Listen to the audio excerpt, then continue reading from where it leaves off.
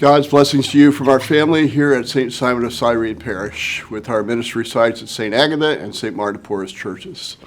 Offer this reflection on the scriptures for this coming Sunday for your spiritual nourishment and encouragement. But before we begin, let's just take a moment to recognize God's presence in each of us and to give thanks for all our blessings.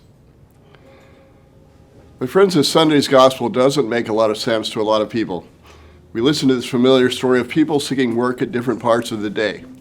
The ones who started are promised a fair wage. At the end of the day, landowner pays everyone the same wage for a full day, even though they may have only worked a couple of hours that day. Doesn't sound fair, does it? Sure didn't sound fair to anyone who worked the full day, for sure. Yet, as we all know, God's way is not always our way. But God is never unfair. God treats us all with love, dignity, and compassion as his creation. We can all get caught up in this comparison game with God. Why did God give them a great voice and not me? Why did God give them athletic ability and not me? Why did God give them a great intellect and not me? If God gave us all the same talents and attributes, this would likely be a very boring world. As diverse as the beauty of God's creation, so is the diversity of the gifts that God has given to each and every one of us. All of us serve a purpose in God's plan, and God's plan is fully realized when we can recognize our gifts, develop them to the fullest, and share them with the world.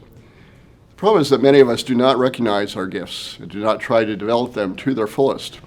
No doubt society and the predominant racist, sexist, and individualistic power structures limit the ability of many to move beyond survival into actual thriving in life. It's a tragedy to see such great God-given potential in so many in our underserved communities. What a loss to the world. God is inviting all of us who have been gifted with various skills, talents, and attributes to share them with others who have been unable to recognize and/or develop their gifts. If we seek to honor God's love for us, then it is incumbent upon us to live large with our gifts, not in a prideful way, but in a way that encourages and inspires others to do the same. At times, I have to admit, I wish I had a simpler, less complicated life. Sometimes I look at others with envy and say, oh, to be them.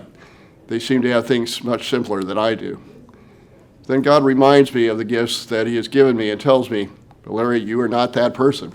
I made you uniquely for the purpose you were created, and that person for their specific purpose.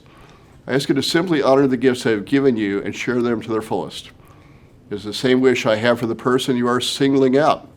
Is it fair? Yes, because I love each of you equally and offer the same amount of grace to each and every one.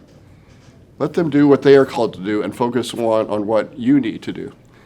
The reward at the end of this day is the same, eternal life, and experience the infinite manifestations of my love for you and for all people. On behalf of the Catholic Christian family here at St. Simon of Cyrene Parish, I want to invite you to join us this coming Sunday for one of our two Masses, 9 a.m. at St. Agatha or 11 a.m. at St. Martyrs. Both services led by our wonderful contemporary gospel choir. The services are live streamed and available for viewing afterward online. We welcome your participation in our community prayer of praise and thanksgiving. Please take the time to share this video with others. It's a great way for you to evangelize, to share the good news. Thank you for all the ways that you continue to allow the Lord to work through you, with you, and in you. In all things, my friends, be blessed.